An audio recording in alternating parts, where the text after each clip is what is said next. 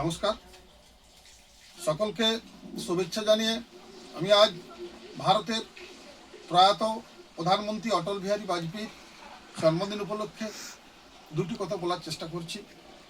প্রথমেই নতমস্তকে আমি আমাদের প্রাক্তন প্রধানমন্ত্রী অটল বিহারী বাজপেয়ীকে তার এই জন্মদিবস উপলক্ষে শ্রদ্ধার্ঘ্য নিবেদন করছি আমার পক্ষ থেকে।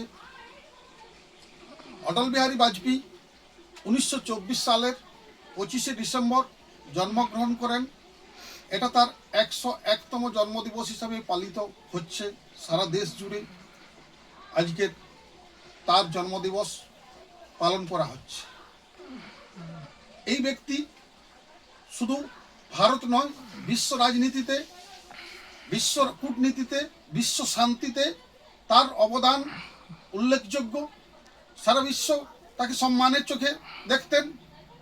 তার দূরদর্শিতা, তার একনিষ্ঠতা, তার আদর্শ সারা দেশ জুড়ে, সারা দেশের মানুষ গভীরভাবে তাকে স্মরণ করেন তার আদর্শকে। যারা তার সময় বিরোধী রাজনীতি করতেন তারাও অটল বিহারী বাজপেয়ীকে যথেষ্ট শ্রদ্ধার সাথে স্মরণ করতেন। তিনি ভারতবর্ষের প্রধানমন্ত্রী হন 3 বার। তিনি প্রথম অকংগ্রেসী প্রধানমন্ত্রী যিনি পূর্ণ 5 বছর মেয়াদ অতিক্রান্ত করেছিলেন। তার প্রধানমন্ত্রীর সময় তিনি যে উন্নয়নমূলক পরিকল্পনাগুলো নিয়েছিলেন, যার জন্য ভারত আজ বিশ্ব অর্থনীতিতে গভীরভাবে প্রভাব ফেলেছে, প্রথম দিকে এগিয়ে চলেছে, তার এই উত্তরসূরি বর্তমান আমাদের প্রধানমন্ত্রী প্রিয় নরেন্দ্র মোদীজি। অটল বিহারী বাজপেয়ীর আদর্শ, তার এই নির্দেশিত পথে আমরা চলছি। তিনি শুধু প্রধানমন্ত্রী রাজনীতিবিদ ছিলেন তা নয়, তিনি ছিলেন এক অসাধারণ কবি। তিনি একটা উল্লেখযোগ্য কথা বলেছিলেন যে আপনি প্রাক্তন প্রধানমন্ত্রী অথবা প্রাক্তন মুখ্যমন্ত্রী হতে পারেন, কিন্তু প্রাক্তন কবি হবেন না। কত বড় তার দূরদৃষ্টি ছিল এই কবিতার প্রতি ভালোবাসা। তিনি 21টি কবিতা লিখেছিলেন, যেটি প্রত্যেকটা আমাদের কাছে প্রাণবন্ত, প্রত্যেকটা কবিতা অসামান্য। তিনি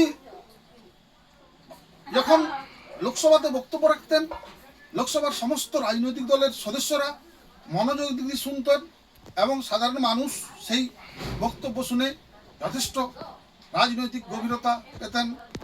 আমরা সেই তার জন্মদিনে আজ তাকে নতমস্তকে স্মরণ করছি।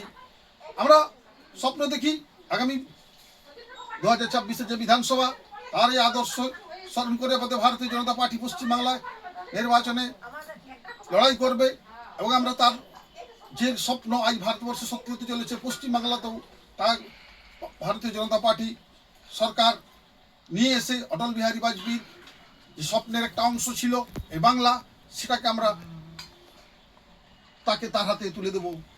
তার স্মরণ আজকের জন্মদিন এটাই আমাদের অঙ্গীকার যে আমরা পশ্চিমবাংলাকে 2024 সালে বাজপেয়ী মোদীজির যে স্বপ্নের যে ভারত চলছে তার সাথে এক করে পশ্চিমবাংলার নির্বাচনে গণতান্ত্রিক পদ্ধতিতে এখানকার মানুষ অটল বিহারী বাজপেয়ীর আদর্শকে নিয়ে পশ্চিমবাংলার পথ চলবে। আমরা পশ্চিমবাংলা কখনো বিজেপি এখানে সরকার করেনি, এখানে অবিজেপি এটাই বরাবর রাজত্ব করেছে, কংগ্রেস, সিপিএম, বর্তমান তৃণমূল।